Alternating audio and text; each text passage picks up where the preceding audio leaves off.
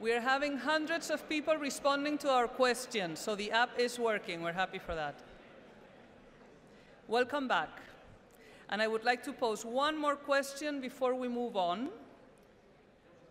What do you think is the biggest challenge to society today?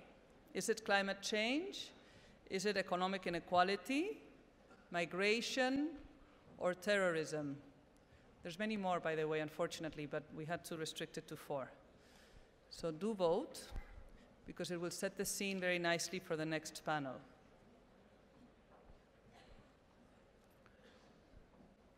Let's see if we have some results. They told me it's only 10 seconds, but they seem very long 10 seconds.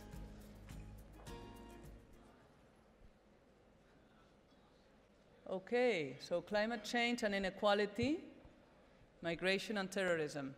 That's a good show. Thank you very much. Our next panel will view trust from a very different point of view than we saw earlier this morning.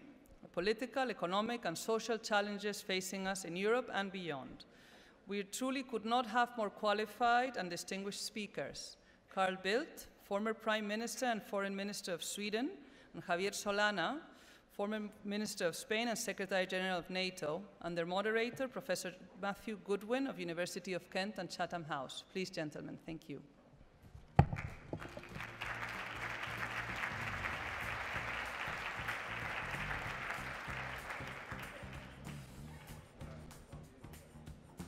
Javier, you are in the middle. No, okay. Well, good afternoon, everybody. Welcome to the next session, a dialogue on Europe. My name is Matthew Goodwin, and I'll be moderating this discussion. And it's good to see we've already had a long list of questions from the audience via the app, and I'll try and come to the floor later on in the discussion if we need a few more questions. So let's start with the theme of challenges facing Europe, and there's a long list. We can talk about populism, we can talk about Brexit, we can talk about US-China, liberal versus illiberal Europe, economic divides between North and South. What do you think, Carl, is the primary geopolitical challenge facing Europe today, and what can we do about it? All of the above. I think, to be fairly brief and simplistic, we are in a new age of disorder. We've been that in a couple of years, where we see geopolitics challenging globalization, politics of identity in our countries challenging ideologies, and the enormous transition from the industrial age to the digital age and the climate transition that is necessary. It's quite a lot. And the European Union that Javier primarily and I to a certain extent have been working with, it was built for a slightly more benevolent age, where we were under a more reliable security umbrella by the Americans in a, I wouldn't say uncomplicated world, the Cold War wasn't uncomplicated, but a slightly more predictable world. So we are now in a new age of disorder, where we need to, in my opinion, up the ante when it comes to Europe in order to prevent that we lose power over our future. Let me start by thanking the Bank of Santander and the President for the invitation. And allow me to remind you what happened 30 years from today, 30 years back. The Berlin Wall was falling. But a couple of months before, it happened something that today is more relevant, and we have forgotten. The Tiananmen drama, it happened in the very same year, and a few months before the falling of the Berlin Wall. When you look at from today, these two events, we look at it differently than when we were there. 1989 was more important at that time, the fall of the Berlin Wall, than Tiananmen. And today, probably we have to think otherwise. Not completely the opposite, but place Tiananmen also in the in our screen, not to forget. Because many of the things which are taking place in China that has consequences for the European Union are related or come from that very day. Now, what are the challenges of the European Union today? To me, one which has to do with the international governance. How do we handle the European Union in a world that we wanted to be multilateral and is becoming less and less multilateral? We are a multilateral community in itself, ourselves, therefore we would like to live in a multilateral world. Now, to cut off, as the President Trump wants to do, the multilateral part of our collective life, for the European Union is a big problem. And therefore we have to do the utmost to continue maintaining the multilateralism as something fundamental to run this globalized world and interdependency which exists in the lives that we are living. So therefore, that for me, from the internal point of view of the European Union, I think the most important thing is to recuperate, if I may, I am going to use the word trust, recuperate trust of the citizens of the European Union with institutions. Now, if you take the type of support that today has the European Union among the citizens is lower, I wouldn't say how low, but is lower than it was 20 years ago.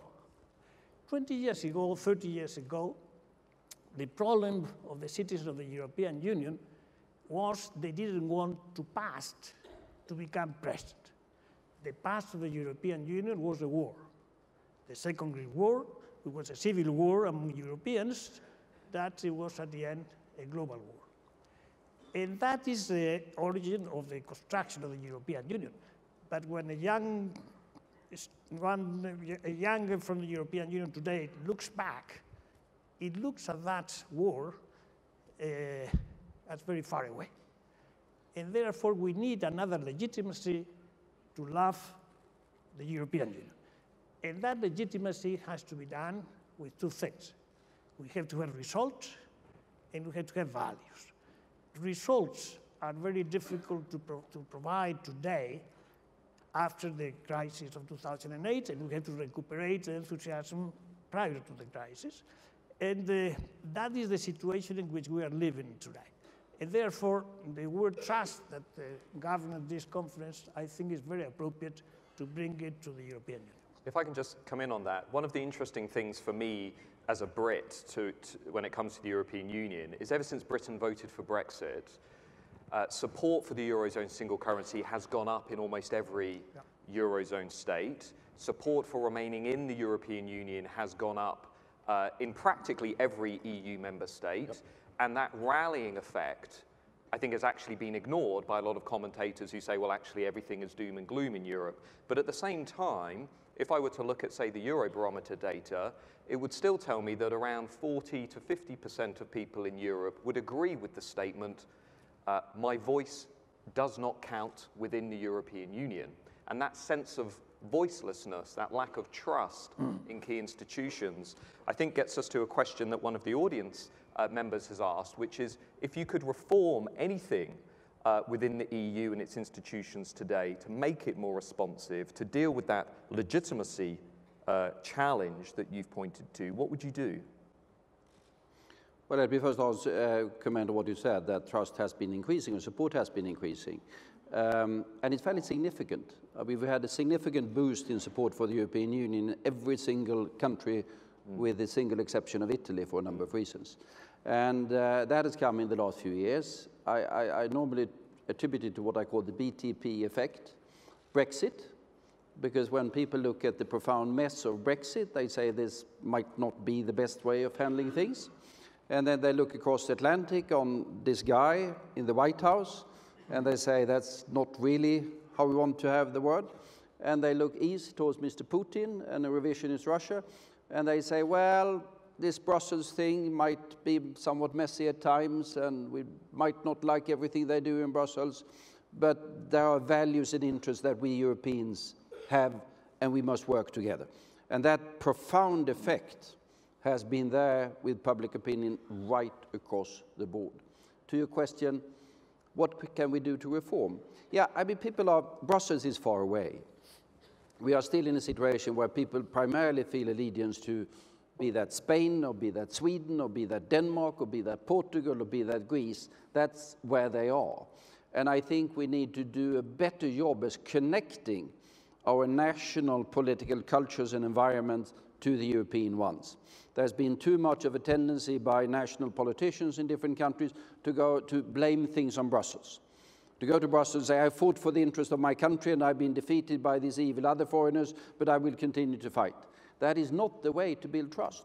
So I think a lot of the responsibility in this complicated thing that is the European Union, I'm bringing 27, 28 countries together, from the size of Germany to Luxembourg and Malta, is a rather delicate exercise and requires somewhat more, I think, of European leadership, or leadership by the European national leaders, than we have seen in the last few decades. But I do think that we are seeing the beginning of a change. If there's one single thing that Brexit has done positively, I say that with the greatest reluctance, it is to bring that realization home to us. And it's nice not to be in Britain for a few days, I have to admit. Well, it's still a nice place. What about this interesting, do you want to come in on this? Maybe a comment on why I am a little bit more optimistic than average, let's put it that way. If I look at the Commission of today, the one which is taking over the responsibility by the 1st of December, I see three things that to me are very appealing. One is a German lady, which is the president of the Commission. It's the first time that a German takes the responsibility of the Commission. The Germans always would like to stay in the Council and let the Commission to others, and at the end of the day, from the Council, incorporate their citizens into the Commission. Now, today we have the leader of the Commission, which is German, and I think that is an important thing. The second, the structure of the Commission is very well designed. It has 3 vice presidents, executive vice presidents, 2 devoted to the 2 most important topics that we have to face in the coming future. One is climate change, and the person in charge of that is a fantastic Dutch social democratic, very intelligent, who has been the vice president of the previous vice president of the previous commission, and he's going to be in charge of the whole portfolio, which I think is very important. And the second vice president is going to be in charge of all the things related to artificial intelligence, all these things which are the second priority that we must have for the future. And therefore, I think the structure of the Commission and the type of people that have been appointed are a sign of common sense. Now, what do we need to do is to really get the people behind that Commission, which is something which has not happened yet. And how could that happen? It will happen with results.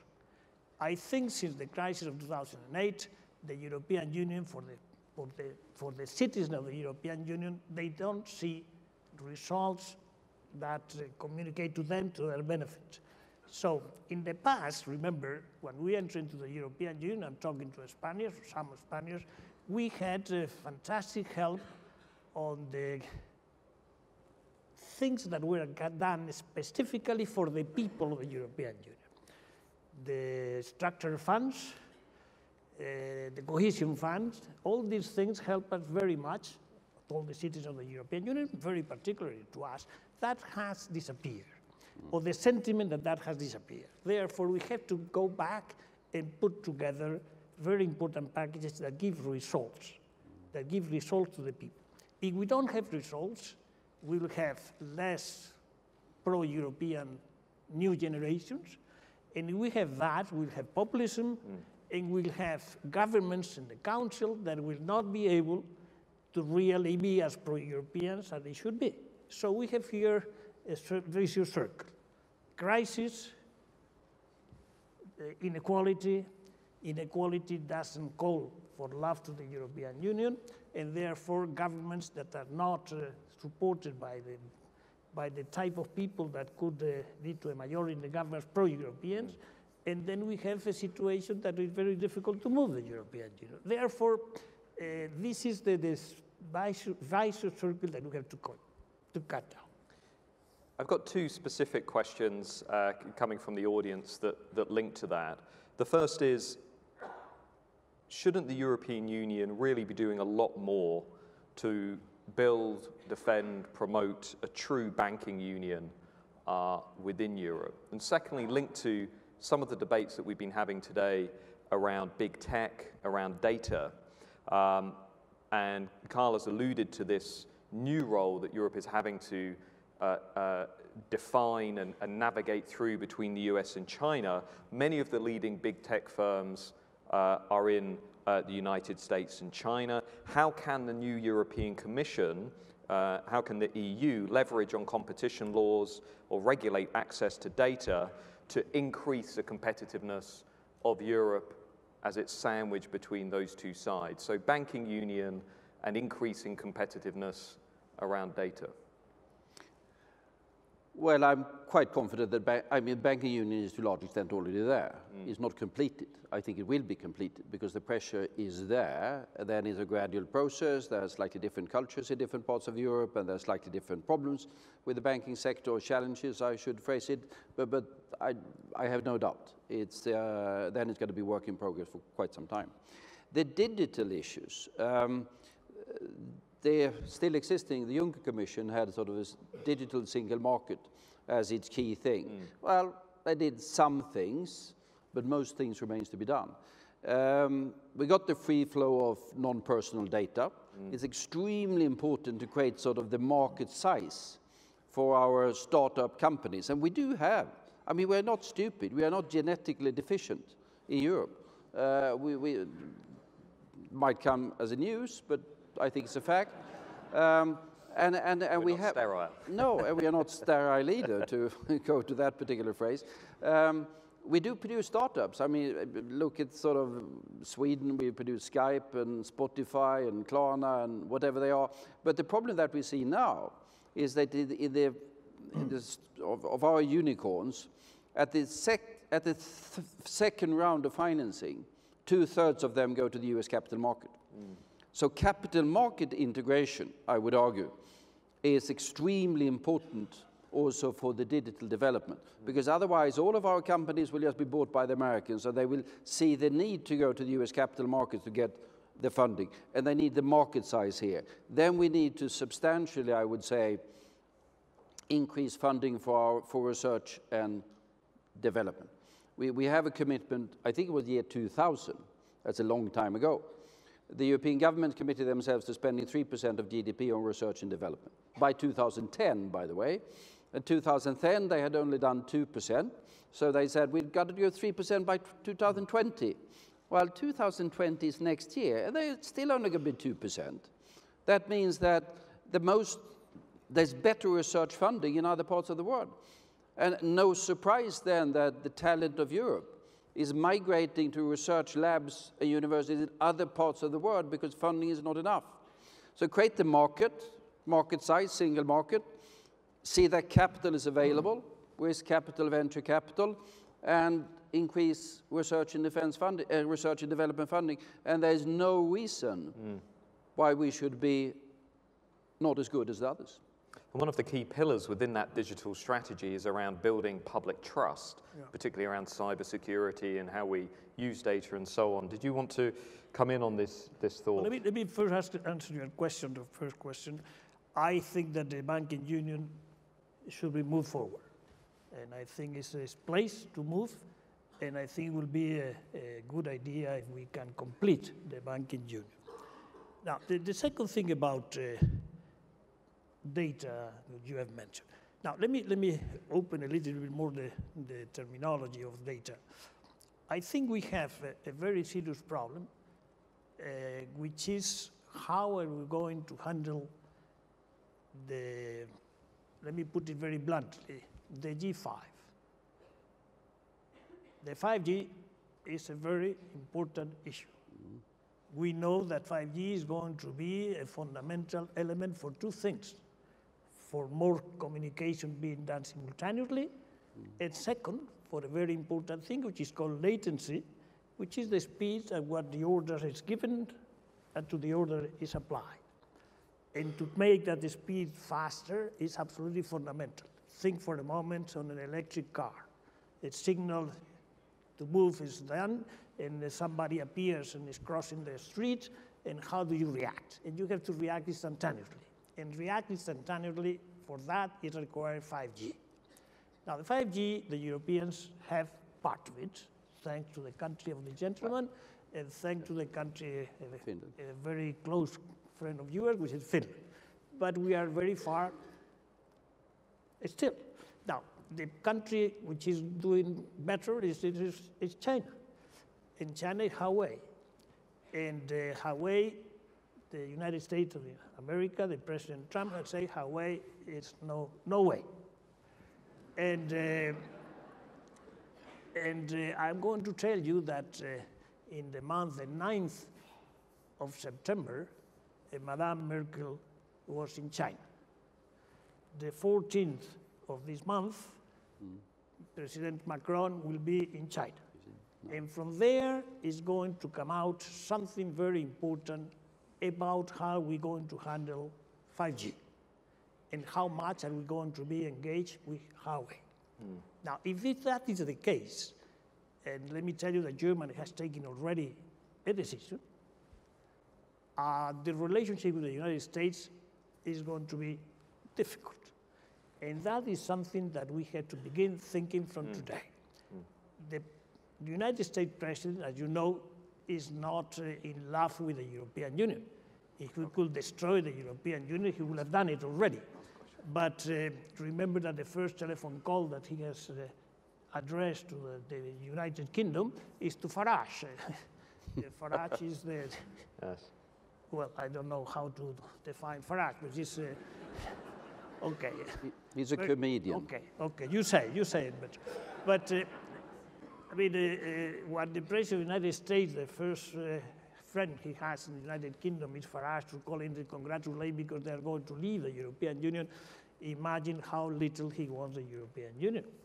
And we are going to have a very serious problem there that may come in a very, or rather short period of time. We have to be prepared for that because the relationship between the European Union and the United States today is not in the best of historical position. I mean, we are really in a complicated situation, very difficult to move, very difficult to change, because the President Trump wants to sanction Germany for the trade in cars, and the President of the United States has not learned that trade is not German. Trade is the European Union who trades, not Germany.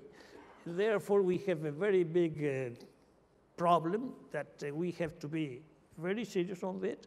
We have to get trust, and we have to get something that you have not used in your